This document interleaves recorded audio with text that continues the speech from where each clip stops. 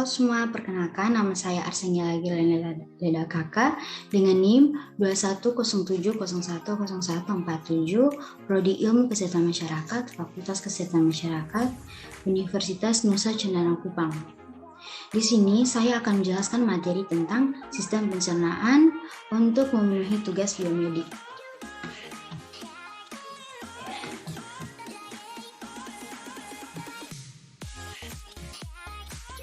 Adapun beberapa submateri yang akan dibahas. Yang pertama, definisi sistem pencernaan. Yang kedua, jenis dan fungsi sistem pencernaan. Yang ketiga, organ sistem pencernaan dan fungsinya. Yang keempat, mekanisme sistem pencernaan.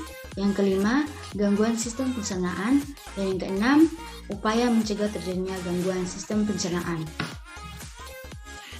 Yang pertama, definisi sistem pencernaan. Sistem pencernaan adalah salah satu sistem organ terbesar di tubuh manusia. Sistem pencernaan merupakan kumpulan organ-organ yang berfungsi untuk mencerna zat gizi yang terkandung dalam makanan menjadi bentuk yang paling sederhana sehingga dapat diserap dan diedarkan ke seluruh tubuh melalui sistem peredaran darah. Yang berikut pengertian sistem pencernaan menurut para ahli. Yang pertama menurut Ensiklopedia Britannica, sistem pencernaan manusia yang digunakan dalam tubuh manusia untuk proses pencernaan. Sistem pencernaan manusia terutama terdiri dari saluran pencernaan atau serangkaian struktur dan organ yang dilewati makanan dan cairan selama pemrosesan menjadi bentuk yang dapat diserap ke dalam aliran darah. Yang kedua, menurut Mann Anatomy, sistem pencernaan adalah sistem pengolahan makanan dalam tubuh manusia. Seluruh sistem pencernaan adalah dalam bentuk tabung yang panjang, berongga, memutar dan berputar, yang disebut saluran pencernaan, yang dimulai dari rongga mulut dan berakhir di anus. Yang ketiga, menurut National Institute of Diabetes and Digestive System and Kidney Diseases, sistem pencernaan terdiri dari saluran pencernaan yang juga disebut saluran GI atau saluran pencernaan dan hati, pankreas, dan kantong empedu. Saluran GI adalah serangkaian organ yang berlubang yang bergabung dalam tabung panjang yang memutar mulut ke anus. Yang berikut jenis-jenis sistem pencernaan. Jenis-jenis sistem pencernaan dibagi menjadi dua. Yang pertama, pencernaan mekanik, dan yang kedua, pencernaan kimiawi. Pencernaan mekanik dilakukan yaitu dalam proses pencernaan makanan dengan gerakan-gerakan seperti mengunyah, menelan, memompa, menghancurkan, dan meremas-remas makanan. Tujuan dari pencernaan mekanik adalah untuk mengubah ukuran makanan menjadi lebih kecil.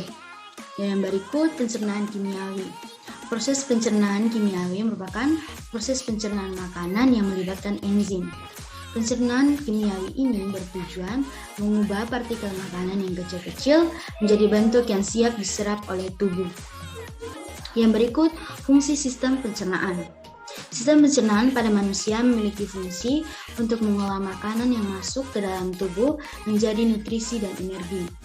Nutrisi dan energi diperlukan untuk proses metabolisme, perbaikan sel dan jaringan dalam tubuh, serta aktivitas yang dilakukan sehari-hari seperti bernafas, bergerak, bekerja, atau belajar.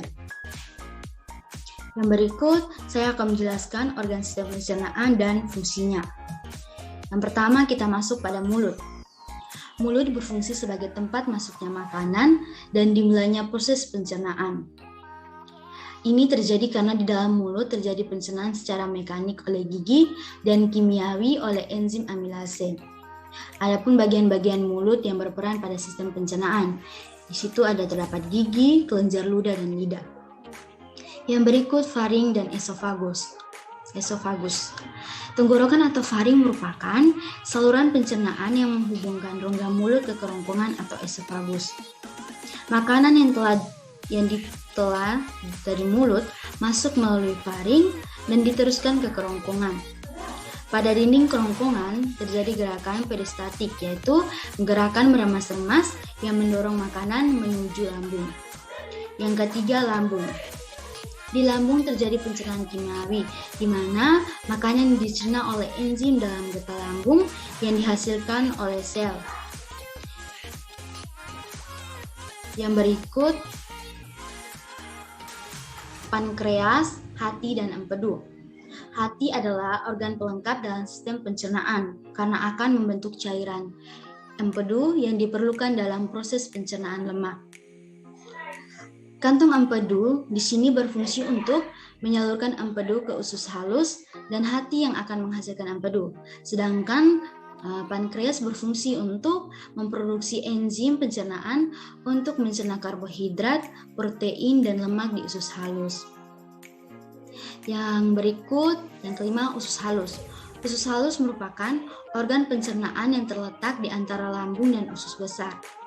Di dalam usus halus ini terdapat 3 bagian. Yang pertama, duodenum atau usus 12 jari, yang kedua jejunum, dan yang ketiga ileum. Duodenum atau usus 12 jari berfungsi sebagai tempat pencernaan makanan secara kimiawi. Sedangkan jejunum dan ileum memiliki fungsi yang sama, yaitu sebagai tempat penyerapan sari makanan atau zat gizi sederhana. Yang berikut usus besar. Usus besar adalah organ pencernaan yang terhubung dengan usus halus. Di dalam usus besar terdapat beberapa bagian, yaitu kolon dan rektum. Kolon di sini sebagai tempat pemadatan feses atau penyerapan kembali air dan zat sisa makanan. Sedangkan rektum sebagai tempat menyimpan feses sementara waktu. Dan yang terakhir itu anus. Anus di sini berfungsi sebagai tempat pembuangan zat sisa makanan atau feses. Yang berikut mekanisme kerja sistem pencernaan. Di sini sudah terdapat bagannya dan mulai dari mulut. Makanan masuk melalui mulut. Organ yang ada dalam rongga mulut seperti gigi, lidah, dan kelenjar mulut ikut ambil bagian dalam proses ini. Di dalam mulut makanan dikunyah secara mekanik dan kimiawi. Makanan yang sudah dikunyah akan melewati faring atau persimpangan saluran dari rongga mulut ke kerongkongan.